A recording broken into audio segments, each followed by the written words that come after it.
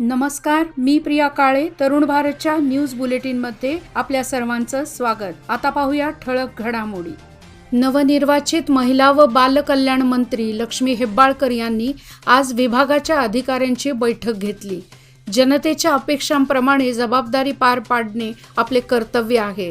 त्यामुळे दुर्लक्ष न करता गृहलक्ष्मीसह अन्य योजना जनतेपर्यंत पोहोचवण्यासाठी प्रामाणिक प्रयत्न करण्याच्या सूचना त्यांनी अधिकाऱ्यांना केल्या. यावेळी महिला व बालकल्याण खात्याच्या सरचिटणीस डॉक्टर एन मंजुळा, संचालिका डॉक्टर के एन अनुराधा व चंद्रकांत यांच्यासह अन्य अधिकारी उपस्थित होते. शैक्षणिक वर्षाला प्रारंभ झाला आहे. दरम्यान शाळा प्रारंभोत्सव मोठ्या उत्साहात साजरा करण्यात आला.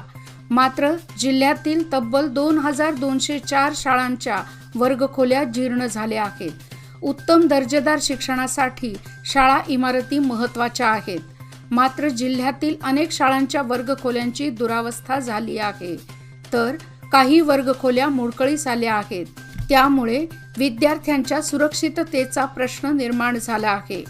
दरवर्षी सरकारी शाळांच्या वर्गखोल्या दुरुस्तीकडे दुर्लक्ष होते. त्यामुळे विद्यार्थ्यांना गळक्या व मोडक्या शाळेतच शिक्षण घ्यावे लागते. आज बेळगाव शहर व परिसरात महिलांनी मोठ्या उत्साहात वटसावित्री पौर्णिमा साजरी केली. चन्नमा सर्कल येथील श्री गणेश मंदिराच्या आवारात, आरटीओ सर्कल येथील सोन्या मारुती मंदिराच्या आवारात महिलांची गर्दी दिसून आली. ज्येष्ठ महिन्यात येणारी पौर्णिमा ही वटपौर्णिमा म्हणून साजरी केली जाते. पती पत्नीच्या नात्यातला गोडवा वाढवणारा हा सण. या दिवशी वडाची पूजा करून पतीच्या दीर्घायुष्यासाठी प्रार्थना केली जाते. बेळगाव पुणे जनशताब्दी एक्सप्रेस सुरू होण्याची शक्यता आहे. या संदर्भात मध्य रेल्वे व नैऋत्य रेल्वेच्या अधिकाऱ्यांची सकारात्मक चर्चा सुरू होती. मात्र अद्याप ही एक्सप्रेस सुरू होण्यासाठी मुहूर्त मिळालेला नाही. जनशताब्दीची पुण्यात घोषणा होऊन 3 ते 4 वर्षे उलटली, परंतु अद्याप ही एक्सप्रेस सुरू झालेली नाही. त्यानंतर बेळगाव मनगुरू या मार्गावर एक्सप्रेस सुरू झाली. इतर मार्गावर एक्सप्रेस सुरू होत असताना बेळगाव पुणे रेल्वे मार्गाबाबत मात्र चालढकल का, असा प्रश्न प्रवाशांमधून व्यक्त होत आहे. शहरातील गटारींची स्वच्छता मान्सूनच्या तोंडावर सुरू करण्यात आली आहे. गटारीतील कचरा काढण्यात आला खरा, मात्र आठवडा उलटला तरी कचरा हटवण्यात आलेला नाही.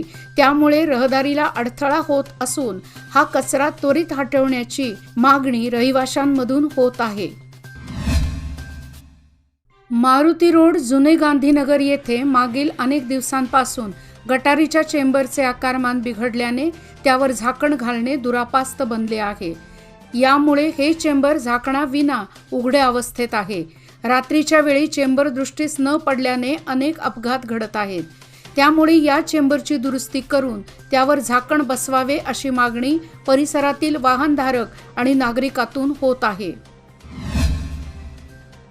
वडगाव येथील रयत गल्ली भंगीबोळातील ड्रेनेज गेल्या महिन्यापासून तुंबल्यामुळे आसपासच्या घरामधील स्वच्छतागृह आणि शौचालयाचे सांडपाणी तुंबले आहे.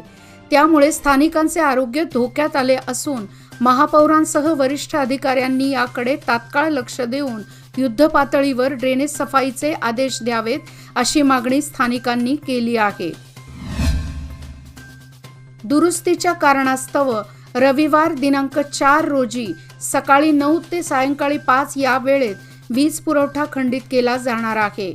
KHB कॉलनी, अलारवाड, सुवर्ण विधान चौक, शहापूर गाडे मार्ग, बसवेश्वर सर्कल, आचार्य गल्ली, नवी गल्ली, नार्वेकर गल्ली, बिच्चू गल्ली, सराफ गल्ली, मारुती नगर, हरिकाका कंपाऊंड, येडियुरप्पा मार्ग, हलगा रोड या परिसरात वीज पुरवठा बंद राहणार आहे, अशी माहिती हेस्कॉमकडून देण्यात आली आहे. वायुदलाच्या अग्निवीर प्रशिक्षणार्थींच्या पहिल्या बॅचचा पथसंचलन समारंभ आज थाटात पार पडला. अग्निवीर अंतर्गत वायुसेनेसाठी प्रशिक्षण घेतलेल्या पहिल्या बॅचचा हा पथसंचलन समारंभ होता. पहिल्या बॅचमध्ये 22 आठवड्यासाठी 2675 प्रशिक्षणार्थींनी प्रशिक्षण घेतले. सांब्रा येथे झालेल्या या पथसंचलनात प्रशिक्षणादरम्यान शिकवण्यात आलेल्या कौशल्याचे प्रदर्शन अग्निवीरांनी करून सर्वांचे लक्ष वेधले। खासगी बसच्या तिकीट दरात वाढ झाली आहे, त्यामुळे लांब पल्ल्याचा प्रवास करणाऱ्या प्रवाशांच्या खिशाला कात्री लागत आहे। उन्हाळी सुट्टीमुळे लांब पल्ल्याचा प्रवास आणि विविध ठिकाणी पर्यटन स्थळे, धार्मिक स्थळांना भेट देणाऱ्या पर्यटकांची संख्याही वाढत आहे। प्रवास सुसाट आणि आरामदायी होत असला तरी पैसे जादा मोजावे लागत असल्यामुळे प्रवाशातून नाराजी व्यक्त होत आहे।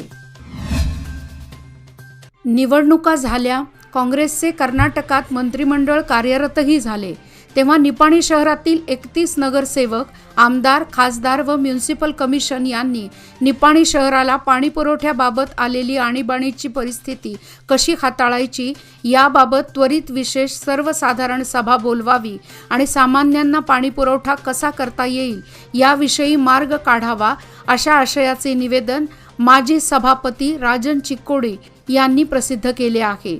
निपाणी शहरात सध्या पाणी समस्या गंभीर बनली असून काही ठिकाणी दूषित पाणी पुरवठा होत आहे। आप्पाचीवाडी तालुका निपाणी येथील कालव्यावर बहुतांश शेतकऱ्यांची शेती अवलंबून आहे।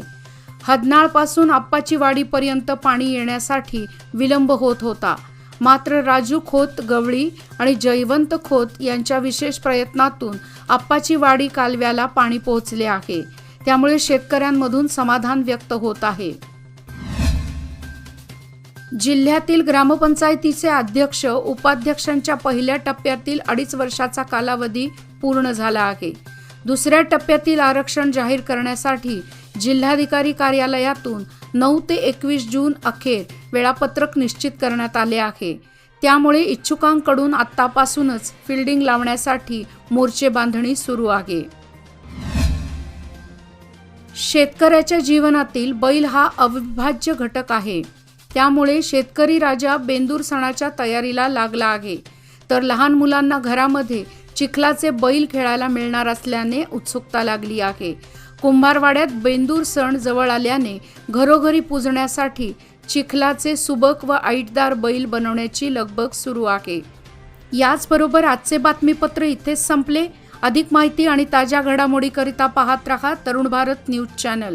तसेच आमच्या चॅनलला लाईक, शेअर आणि सबस्क्राईब करायला विसरू नका आणि विश्वासार्ह बातम्यासाठी दररोज वाचा दैनिक तरुण भारत। धन्यवाद। शुभरात्री।